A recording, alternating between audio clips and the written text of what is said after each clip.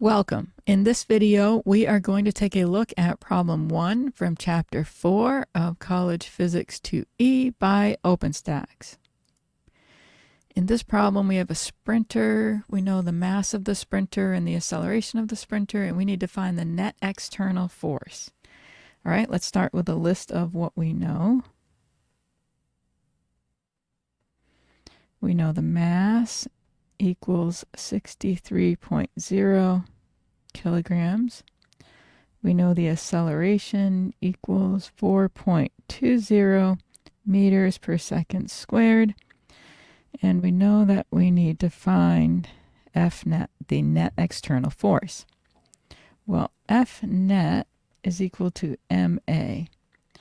So F net is equal to the mass, which is 63.0 kilograms, times the acceleration, which is 4.20 meters per second squared. I did this calculation and I found the net force is 264.6 newtons. So to three significant figures, this is 265 newtons. That is the net force on the sprinter with that mass and that acceleration.